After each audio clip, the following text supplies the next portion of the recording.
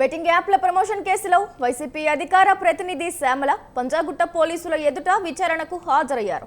తనపై నమోదైన ఎఫ్ఐఆర్ కొట్టివేయాలని ఇటీవల ఆమె పిటిషన్ దాఖలు చేశారు. ఈ క్రమంలో ఆమెను అరెస్టు చేయవద్దని పోలీసులను హైకోర్టు ఆదేశించింది. విచారణకు సహకరించాలని శ్యామలకు సూచించింది. ఇదే కేసులో ఇప్పటికే విష్ణుప్రియ, రీతు చౌదరిని పంజాగుట్ట పోలీసులు విచారించారు.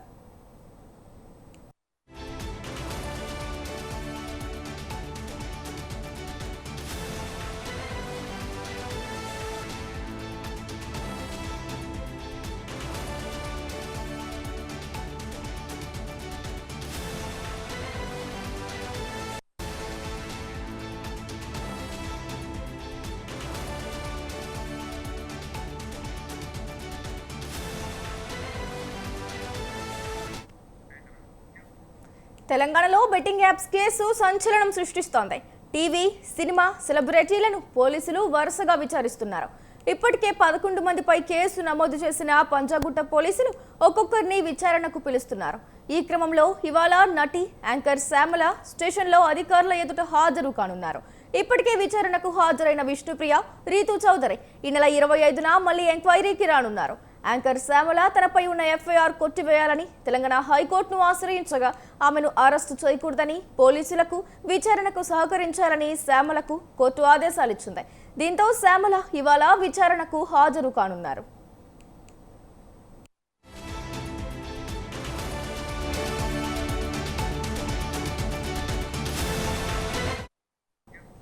అయితే ఈ అంశంపై మరింత సమాచారాన్ని మా కరెస్పాండెంట్ ఉషా అందిస్తారు. ఉషా, గ్రేసీ, బెట్టింగ్ యాప్స్ కేసులో ఇప్పటి వరకు కూడా 11 మందికి పంజాగుట్ట పోలీసులు నోటీసులు ఇచ్చారు. నోటీసుల్లో భాగంగా 4గురిని విచారించారు. టేస్టీ తేజ, అలాగే కిరణ్ గౌడ్, అలాగే రీతు చౌదరితో పాటు విష్ణుప్రియ, ఈ 4గురిని కూడా సుదీర్ఘంగా ఉదయం నుంచి సాయంత్రం దాకా విచారించారు. మొత్తం మీద వీరి దగ్గర నుంచి మొబైల్స్ అన్ని కూడా సేకరించారు. తాజాగా చూసుకున్నట్టయితే హైకోర్టులో ముందస్తు బెయిల్ కి పిటిషన్ వేసుకున్నటువంటి శ్యామల తాను ఖచ్చితంగా విచారణకు హాజరవ్వాల్సిందిగా హైకోర్టు ఇచ్చినటువంటి సూచనల మేరకు నేడు విచారణకు 9 గంటలకి పంజాగుట్ట పోలీస్ స్టేషన్ లో విచారణకు అయితే హాజరయ్యారు. వ్యక్తిగత న్యాయవాదితో సహా ఆమె హాజరైనట్లుగా అయితే తెలుస్తోంది. ప్రస్తుతం విచారణకు హాజరైనటువంటి శ్యామలని పలు ప్రశ్నలు అడిగే పనిలో అయితే పోలీసులు ఉన్నట్టుగా అయితే తెలుస్తోంది. ఇప్పటి వరకు కూడా విష్ణుప్రియ, రీతు చౌదరి 4గురిని విచారించినటువంటి పోలీసులు వారిని కూడా 25వ తారీఖున మళ్లీ హాజరవ్వాల్సిందిగా అయితే పేర్కొన్నారు. అప్స్టాండింగ్ లో ఉన్నటువంటి ఏదైతే దేశాన్ని వదిలి విదేశాలకు పారిపోయినటువంటి పలువురు ఎవరైతే ఉన్నారో వారికి కూడా లుకౌట్ నోటీసులు కూడా జారీ చేయడం అయితే మనం చూసుకోవచ్చు.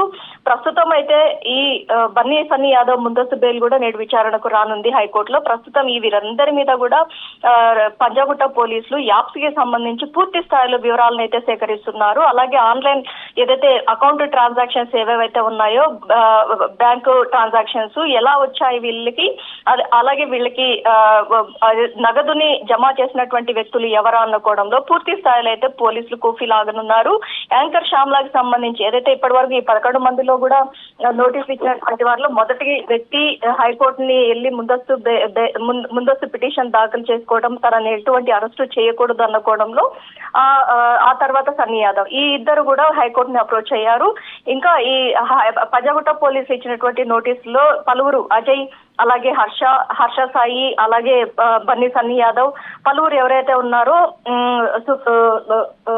వీరందరూ కూడా ఖచ్చితంగా విచారణకు హాజరవ్వాల్సి ఉంది. ఇప్పటి వరకు 11 మందిలో 5గురు మాత్రమే, నేడు శ్యామలతో పాటు 5గురిని మాత్రమే విచారించనున్నారు పోలీసులు. మిగతా వారిని కూడా ఎప్పుడు విచారిస్తారు, ఇప్పటి వరకు కూడా వారి మీద ఉన్నటువంటి నిఘా కూడా ఏదైతే వీరే కాకుండా పలువురు వ్యక్తుల మీద కూడా నిఘా అయితే బెట్టింగ్ యాప్స్ మీద అయితే పోలీసులు ఉంచినట్లుగా అయితే తెలుస్తుంది. గ్రేసీ, రైట్ ఉషా, ఈ బెట్టింగ్ యాప్స్ అనేవి యువతపై కానీ అమాయకులపై కానీ ఎలా ప్రభావం చూపిస్తున్నాయో మనం చూస్తూనే ఉన్నాం.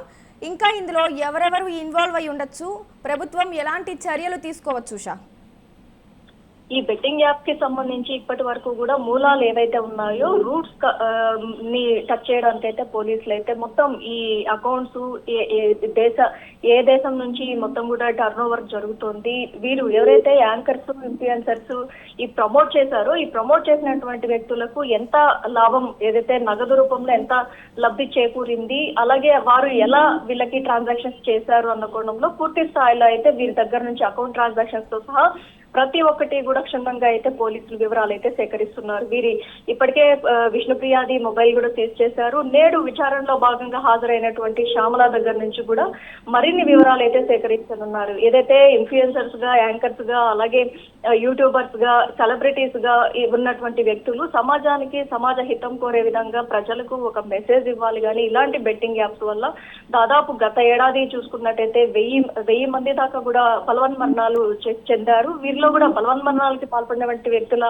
డేటాను కూడా పోలీసులు కలెక్ట్ చేసే పనులు అయితే ఉన్నారు. ఇప్పటికే ఈ కేసుకు ఎన్ఫోర్స్మెంట్ డైరెక్టరేట్ అధికారులు కూడా మనీ లాండరింగ్ జరిగింది అన్న కోణంలో వారు కూడా ఇన్వాల్వ్ అవ్వడం కూడా మనం చూసుకోవచ్చు. ప్రస్తుతం అయితే ఈ యాప్స్ ఏవేవైతే ఉన్నాయో పలు యాప్స్ కి సంబంధించి ఆ మొత్తాన్ని కూడా యాప్స్ కి సంబంధించినటువంటి డేటాను కూడా కలెక్ట్ చేసి వాటిని కంప్లీట్ గా ఏదైతే మన రాష్ట్రంలో నిషేధితం చేసేలాగా అయితే పోలీసులు కూడా చర్యలు తీసుకుంటున్నారు. దీని మీద పూర్తి స్థాయిలో అయితే ప్రభుత్వం కూడా కఠిన చర్యల రూపంలో గేమింగ్ యాక్ట్ అమల్లో ఉన్న రాష్ట్రంలో ఇలాంటి యాప్స్ ని ప్రమోట్ చేయడం ఎంతవరకు సమంజసం అన్న కోణంలో పూర్తి స్థాయిలో అయితే దీన్ని ఏదైతే అవాయిడ్ చేయాలి. యువత దీన్ని ఉచ్చులో పడకూడదు.